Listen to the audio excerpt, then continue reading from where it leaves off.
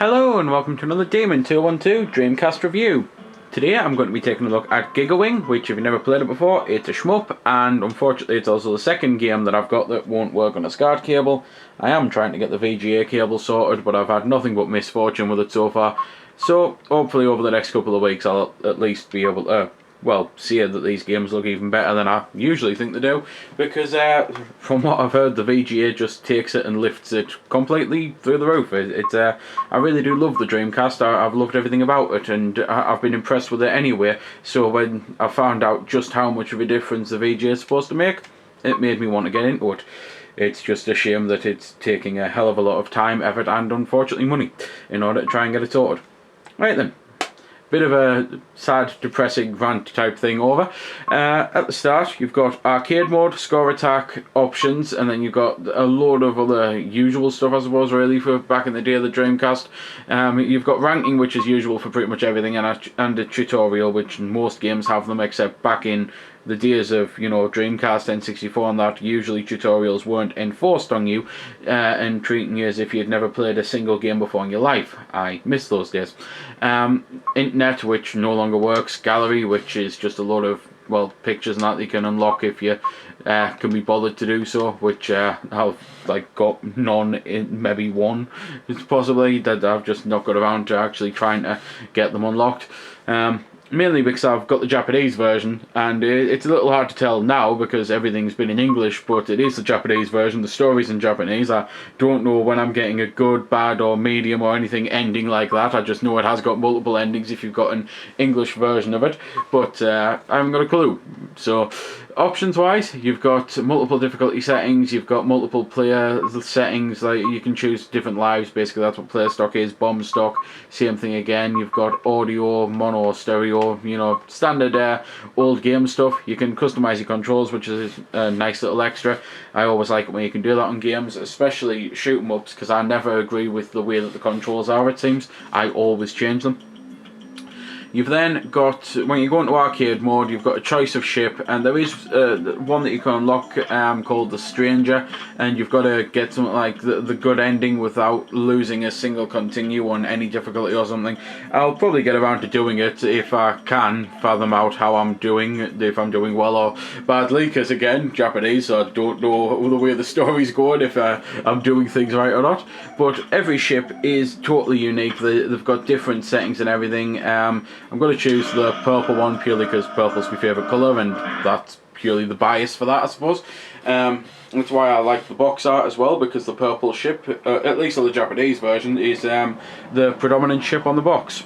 I have no idea about the European. I think it might be the orangey red one.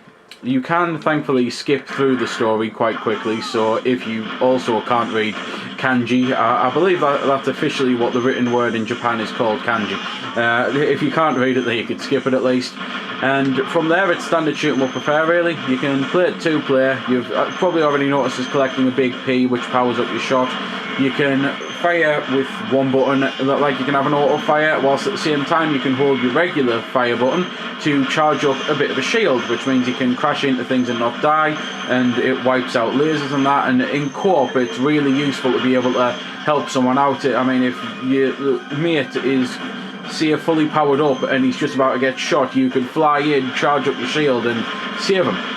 You can also fire bombs, which every character again has unique abilities with that as well. The red one just engulfs it in fire, the purple one engulfs it in electricity. It all has the same desired effect though, if I'm honest. It pretty much blows shit up. That's probably the best way to mention it. As you can also see, it even blows up the enemy shots as well. So again, if you've just used this and you don't have enough time to wait for it to recharge and you're about to get blown up, just fire a bomb off and you'll be safe. At least that's the theory. Quite often you don't get there just in time. Probably the most important thing, I suppose, about the GigaWing series as a whole is it's insane. And you may be thinking, well, all shoot 'em ups and all games are a little bit insane, but this one really is insane. I mean, I don't have to be able to understand the story to know just how insane the whole game is. Especially because you might notice my high score is currently 1, 2, 3, 4, 5, 6, 7, 8, 9, 10 digits long, And I'm trying to even think of that. I know a million's 6 digits, and then billion's 7 digits, so trillion should be 8 digits, so I'm into numbers that there aren't official words for yet, and I'm at the very first mission start of the game.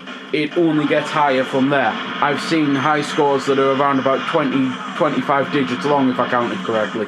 It's just completely nuts, it really is.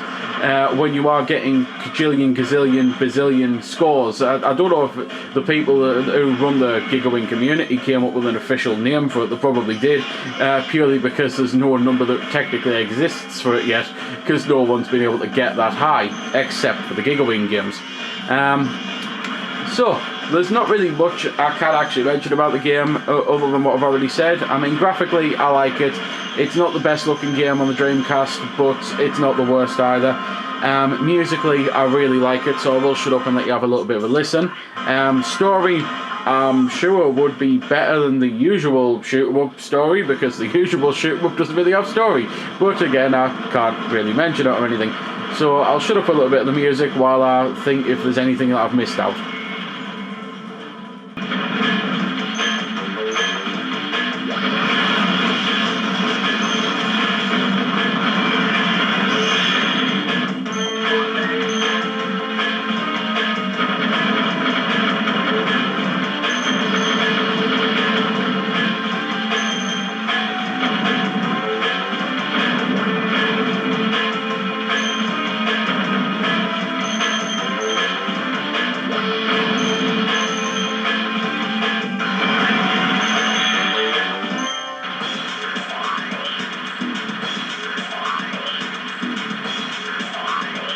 So that was a little bit of the music. The only things I haven't really mentioned is one relatively important thing and one like minor thing. If you're not too keen on the colours of the ships, you can actually get different colours just by, I think it's X and E and Y and E on the ships give you slightly different colours. So the orange one's the only one I've tested it on, and I went from orange to yellow, so a slight variation in the pigment, I suppose, because obviously yellow is an ingredient in orange. And the important thing is, a lot of people reviewed this harshly back in the day, saying that it was stupidly short and it only had 4 levels. Well, it's a shoot 'em up, it's designed to be short and highly replayable and high score getting, or maybe you just like playing it for the differences of shoot 'em ups really. I don't really go for high scores, but I play them a lot because I love the art style, the franticness, I just love everything about shoot 'em ups, especially in multiplayer as well. They're just a great thing. A lot of people find them stressful, but that's probably if you are playing be perfect to get an absolutely amazing score, whereas I never do that, mainly because with my vision deteriorating over the years, then it's not exactly as if I've got really good reflex times. But while this is designed to be short, it's got more than 4 stages, and I think that is a bit of a cardinal error, because I mean I can understand being off by a stage. I've done it myself. I had to redo a vid after it had been up for a week when I discovered that there was a stage that I just hadn't unlocked yet, because I hadn't realised how to unlock it. But with this, for a professional review site or two, to say it only has 4 stages is annoying, because there are 7. It's still not, you know, huge numbers, and you'll still probably have it beat in an hour or 2. But it has got 7 stages, not 4. So there we go then. That's been the review. I hope you found it helpful.